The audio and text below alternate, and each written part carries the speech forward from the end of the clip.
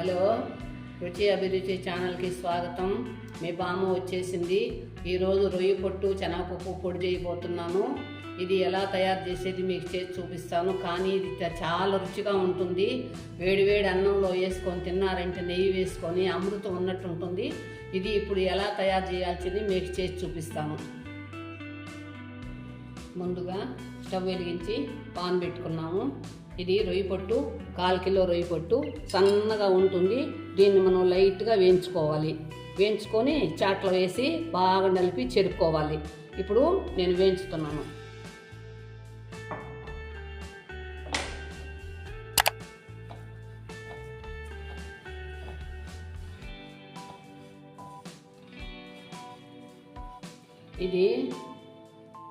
ఇది మేము రొయ్య పొట్టు రకరకాల వర్షాకాలం అయితే మా వర్షాకాలంలో మేము అన్ని రకరకాల పొళ్ళు చేసి పెట్టుకునే వాళ్ళము. ఈ రోజుల్లో ఇవి ఎవరు తయారు చేసుకోవడం లేదు. మేము ఇది రొయ్య పొట్టుని తయారు చేసుకున్న తర్వాత వంటింట్లో పెట్టుకోకూడదు. ఫ్రిడ్జ్ ఉంది కాబట్టి, ఇప్పుడు ఫ్రిడ్జ్లు ఉన్నాయి కాబట్టి ఫ్రిడ్జ్లో పెట్టుకోవచ్చు. ఇది వరకు మా రోజుల్లో అయితే ఉట్టిలో పెట్టేవాళ్ళం. ఉట్టిలో పెట్టుకునేవాళ్ళం. చీమలు పడతాయి అన్నమాట. అందువల్ల ఉట్టి మీద పెట్టుకునేవాళ్ళం.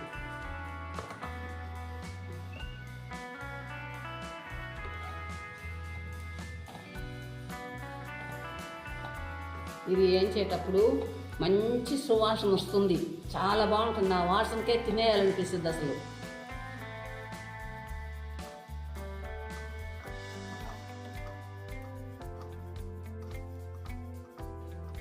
చూడండి, బాగా వేగిపోయింది. మంచి కలర్ వచ్చింది. చూడండి, ఈ కలర్ వచ్చేంత వరకు బాగా వేయించుకోవాలి.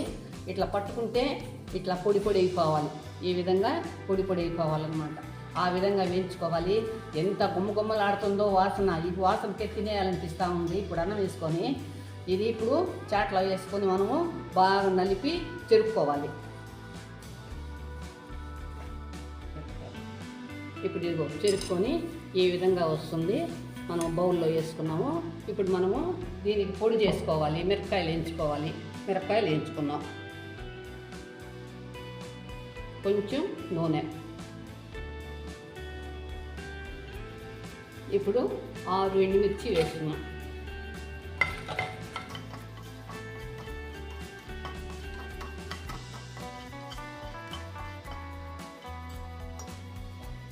ఒక స్పూను ధనియాలు, ఒక 1/2 స్పూను జీలకర్ర,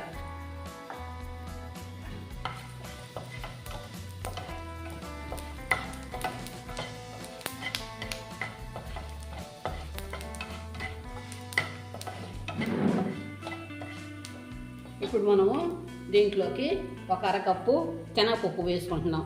ఈ రొయ్య పొట్టు పొడిలోకి శనగపప్పు పొడి వేసుకొని పొడిగాని చేసుకుంటే చాలా బాగుంటుంది. 1/2 కప్పు వేస్తున్నా.